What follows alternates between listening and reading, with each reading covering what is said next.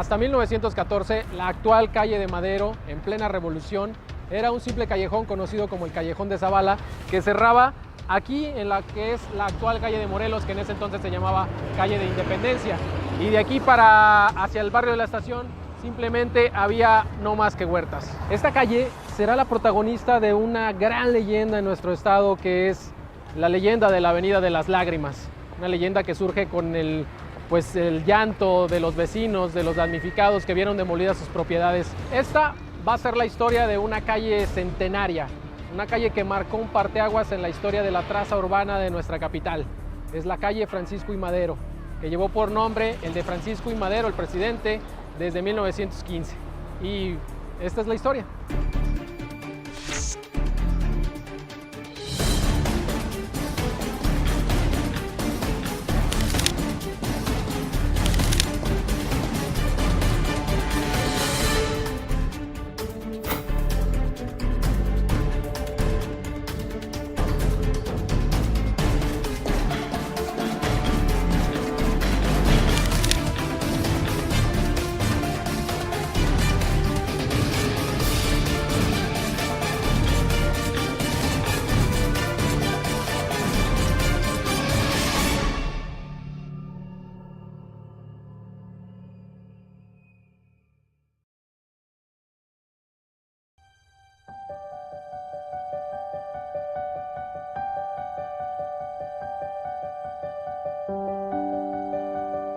El proyecto de apertura de la calle Madero muy probablemente inicie con el siglo XX, en 1901, cuando el gobierno del estado y el ayuntamiento de Aguascalientes dan permiso a la empresa constructora de habitaciones de Aguascalientes para la creación de nuevas colonias al oriente de la ciudad, muy cerca de la estación del ferrocarril. El proyecto también contemplaba la creación de calles nuevas, como la Avenida Madero precisamente, que ayudaran a conectar de una mejor forma la parte antigua de Aguascalientes con el Aguascalientes nuevo. En este año no es posible concretar el proyecto, pero es hasta 1912 aproximadamente cuando se reabre el caso mediante un decreto publicado en el mes de julio en el Diario Oficial del Estado.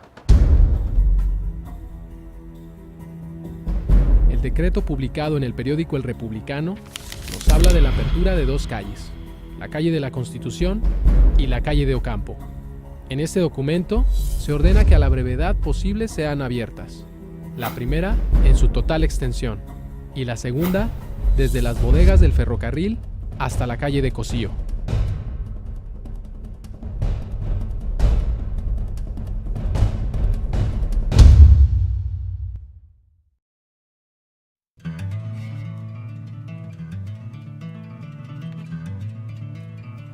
La importancia de abrir una vía como la Madero era transportar las mercancías que llegaban hacia la estación del ferrocarril, hacia el centro de la ciudad. Y las únicas calles que cumplían hasta ese momento medianamente con esa función era una, la calle Juan de Montoro, y la otra, la calle Alejandro Vázquez del Mercado. El proyecto de 1912 tampoco logrará concluirse debido a que el gobernador Fuentes Dávila comienza a enfrascarse en una serie de disputas con los hacendados.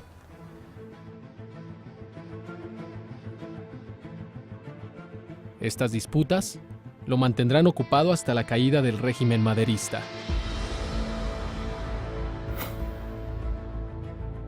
Victoriano Huerta había traicionado al presidente Francisco I. Madero y lo asesina el 22 de febrero de 1913 en el Palacio de Lecumberri de la Ciudad de México.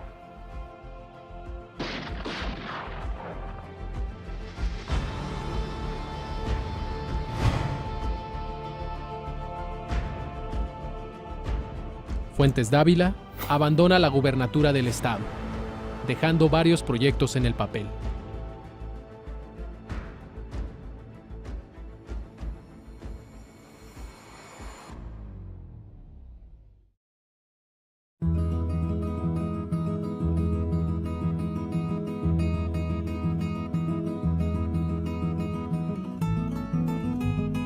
Al regresar a la gubernatura del estado, Alberto Fuentes Dávila se encuentra con una administración que está sin ton ni son debido al paso de la Revolución Mexicana. Y es entonces cuando decide reemprender el proyecto de urbanización. Vamos en búsqueda de una banca para poder ilustrar la siguiente parte de esta historia. en esta banca.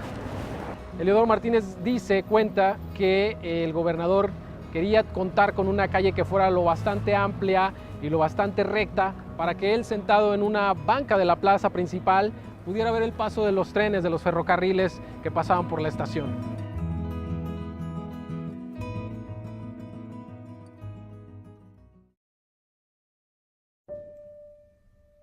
En el mes de agosto de 1914, inician los trabajos de apertura de la calle de Ocampo. El Congreso del Estado se encuentra fuera de funciones.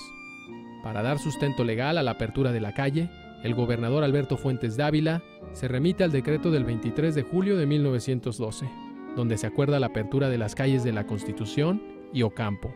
Dicho decreto se remite al de 1906 expedido por el Ayuntamiento de Aguascalientes, y este a su vez al proyecto del ingeniero Samuel Chávez de 1901.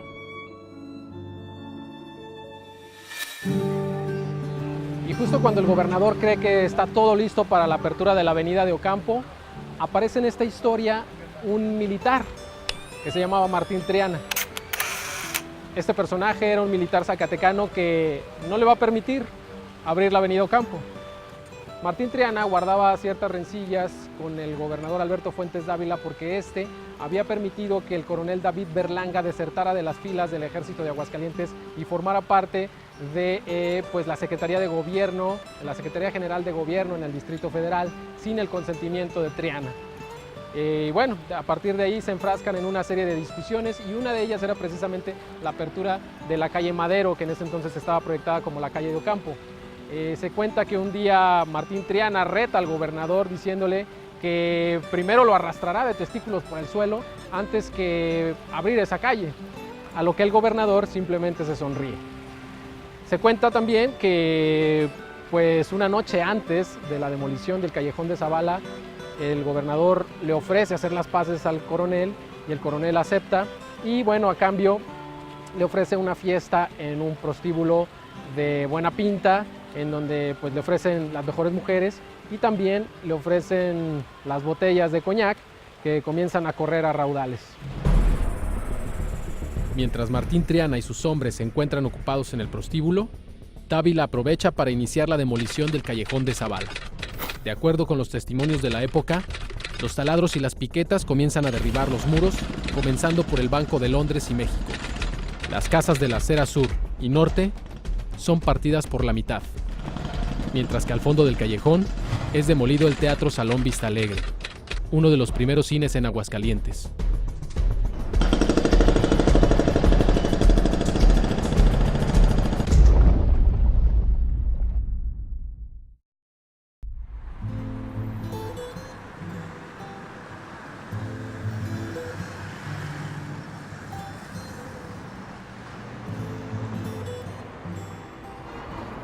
¿Qué tal, Daniel?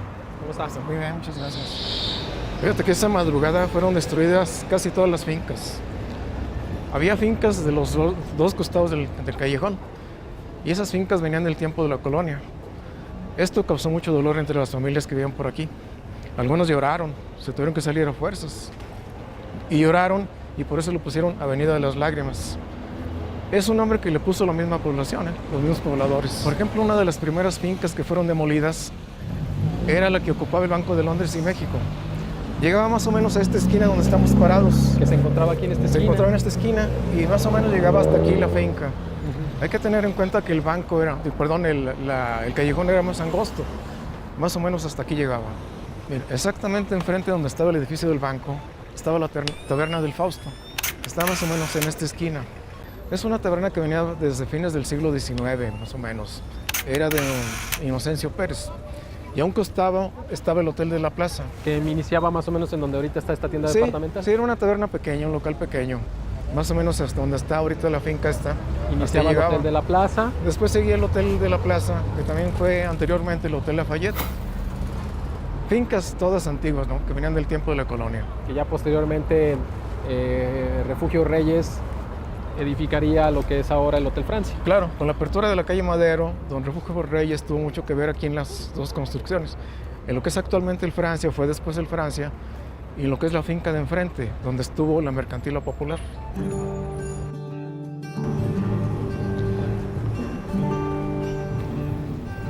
Había otra finca muy interesante por aquí, que era el Cine Salón Rojo. Era uno de los primeros cines que hubo aquí en la ciudad de Aguascalientes. Cines formales, ¿verdad? Porque todos eran improvisados antes. Y este era muy interesante porque ya tenía un local propio.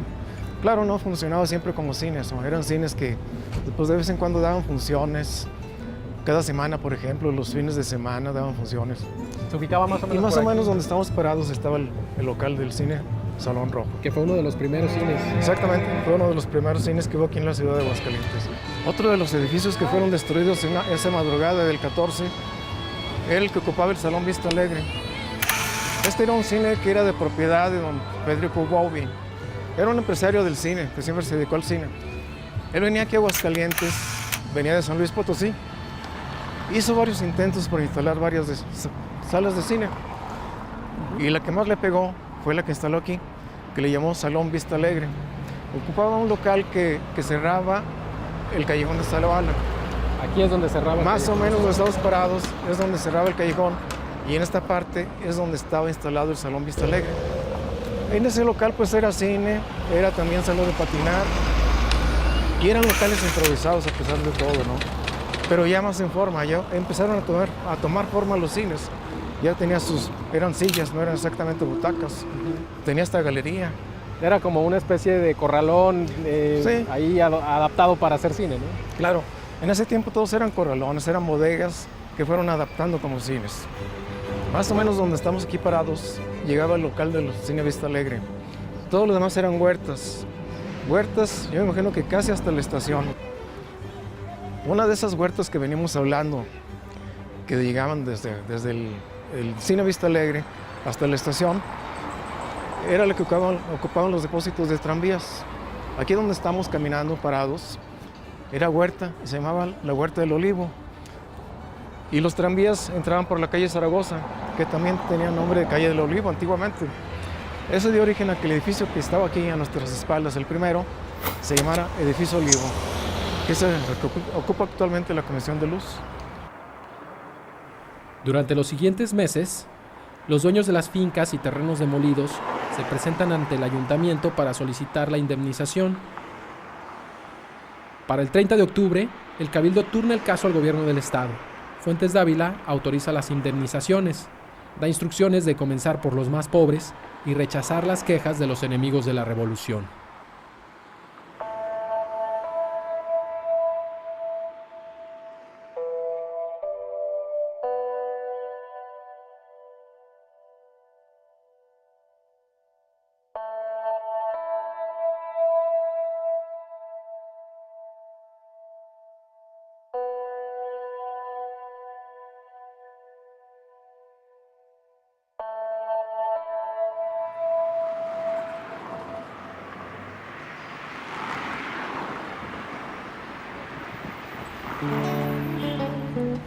A la par de las indemnizaciones, el gobierno acelera los trabajos para que se termine la nueva calle, la calle de Ocampo, pero es el 13 de noviembre cuando el Cabildo acuerda llamarle Avenida de la Convención, debido a que en octubre de ese mismo año se celebraría aquí pues, el encuentro de las tropas revolucionarias, que prácticamente fueron las que inauguraron esta calle, aunque de manera extraoficial, porque es el 20 de noviembre cuando se inaugura la calle de la Convención, como le llamaría el Cabildo, pues ya de forma oficial, en donde se colocó la placa y estuvo pues todo el Cabildo aquí presente, invitados como el gobernador y bueno, pues algunos jefes de división, ¿no?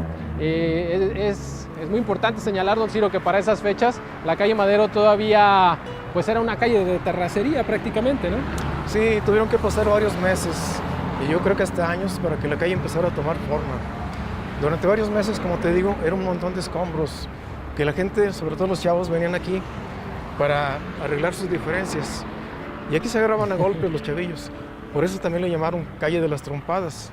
Un tiempo le llamaron Calle de las Trompadas. Exactamente. Porque agarraban del ring de box aquí en la calle. Mira, esto era un ring para ellos. Y además había muchas quejas porque otras personas lo utilizaban para fines no muy limpios, ¿no? Y hubo muchas quejas por eso, porque decían que era un gran excusado la calle. Y aquí estamos afuera de uno de los templos, del templo cristiano más bien, que se inaugura más o menos en los años 20, Sí, la década de los 20. Exactamente, es una finca muy bien construida Y en los años 20 es cuando empiezan a construir aquí ya más en forma, sobre todo las familias adineradas. Es cuando empiezan a construir sus mansiones, que todavía podemos ver algunas por ahí, que se pueden ver que era de gente de dinero. Años después de la apertura de la avenida Madero, ya contaba con un camellón y poco a poco se fue llenando de negocios de todo tipo. Comenzaron a surgir bancos, mueblerías, restaurantes, oficinas, hoteles, zapaterías, escuelas y sobre todo cines de gran prestigio que marcaron una época. Uno de ellos fue el Cine Palacio, que posteriormente se convirtió en el Cine Encanto. Como comentábamos, es en los años 20 cuando se empiezan a construir varias fincas en esta nueva avenida. Una de ellas fue el Cine Palacio, que se construyó en 1925. Ocupaba este espacio donde estamos ahorita caminando. Este cine fue inaugurado en 1925 y se incendió en el 45. Tardó como 10 años para ser reconstruido y fue reconstruido como Cine Encanto. Como el Cine Encanto, el Cine Encanto. ¿no? Que marcó toda una época, el Cine Encanto. Una época entre la sociedad de Aguascalientes. Ocupaba el mismo espacio. Es por donde vamos pasando. De ese cine quedan algunos elementos, pocos elementos, pero todavía se pueden apreciar. Esto es lo que quedó del Cine Encanto. Aquí en este techo que teníamos había butacas también. Era la parte trasera del cine. Y el cine ocupaba parte del estacionamiento que estaba de aquel lado. Era muy grande el cine. Como comentamos, era un cine de lujo. Aquí venía lo mejor de la sociedad de Aguascalientes desde principios de los años 50. Este cine también se convirtió pues en toda una leyenda porque fue inmortalizado en la película de La Pasión según Berenice. Exactamente, de Jaime Humberto Hermosillo, director de aquí de Aguascalientes, ¿verdad? Hace algunas escenas. Claro, el cine estaba en su apogeo todavía. Ocupó toda la sala y ahí podemos ver algunos detalles de lo que era el cine. Donde se ocuparon muchos extras. Claro, pues todo el público era extra, ¿verdad?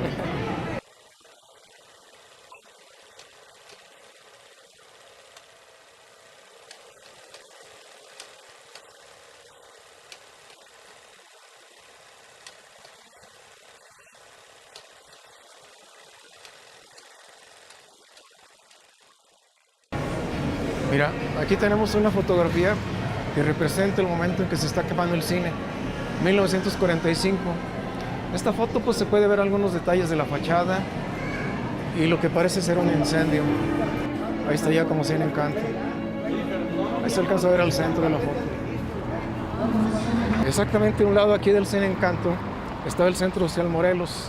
Ocupaba toda una finca muy grande, un terreno muy grande. Que es la finca que ahora ocupa el estacionamiento. Todo eso era el Centro Social Morelos. De sus salones salieron los mejores maestros que también se convirtieron en maestros de inglés en diferentes instituciones.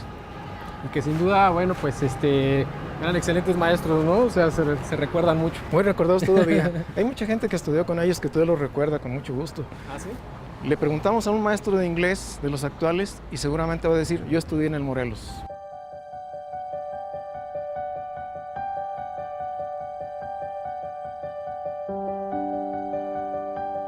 Pues esta es la calle Madero, don Ciro, que poca gente le llama Francisco y Madero, que sería como el nombre oficial, ¿no?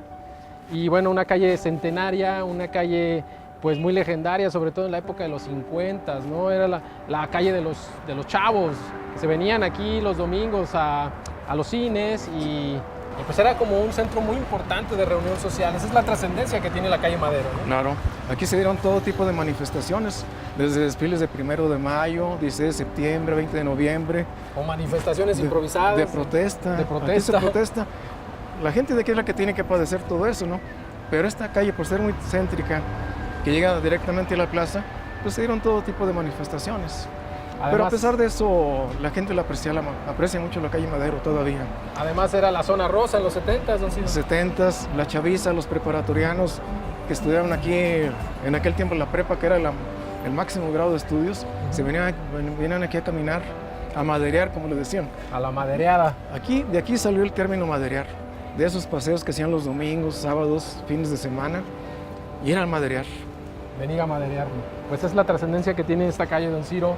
Una calle que, bueno, pues tiene leyendas de todo tipo, ¿no? Leyendas románticas, leyendas pues que el mismo pueblo va creando, claro, como el mito de la Avenida de las Lágrimas.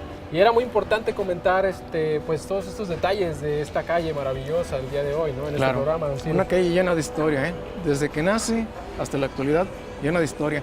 Y si nos vamos más para atrás, como Callejón de Zavala, más historia tiene todavía. ¿Cuántas cosas vio la calle Madero en 100 años de vida que ya desaparecieron? Ni rastros quedan del Callejón de Zavala, ni de sus habitantes que lloraron por su destrucción. Ya no están los 2 cines que había por esta calle. Muchas fincas fueron modificadas para convertirse en locales comerciales. Desapareció la pila de las ranitas y los leones de los camellones tomaron otro rumbo. Todavía quedan algunas construcciones de aquellos años, fincas viejas, evocadoras, que ahora solo son el reflejo de lo que fueron hace alrededor de 50 años. Cada uno de esos edificios encierra un recuerdo. La Avenida Madero fue el paseo principal de varias generaciones, un paseo que siempre es interesante recordar, aunque ya se haya hecho en múltiples ocasiones. Es como confirmar lo ya visto. Al hacerlo se perciben nuevas sensaciones, nuevos sonidos, nuevas interpretaciones de lo que ya creíamos conocido y equivocadamente agotado.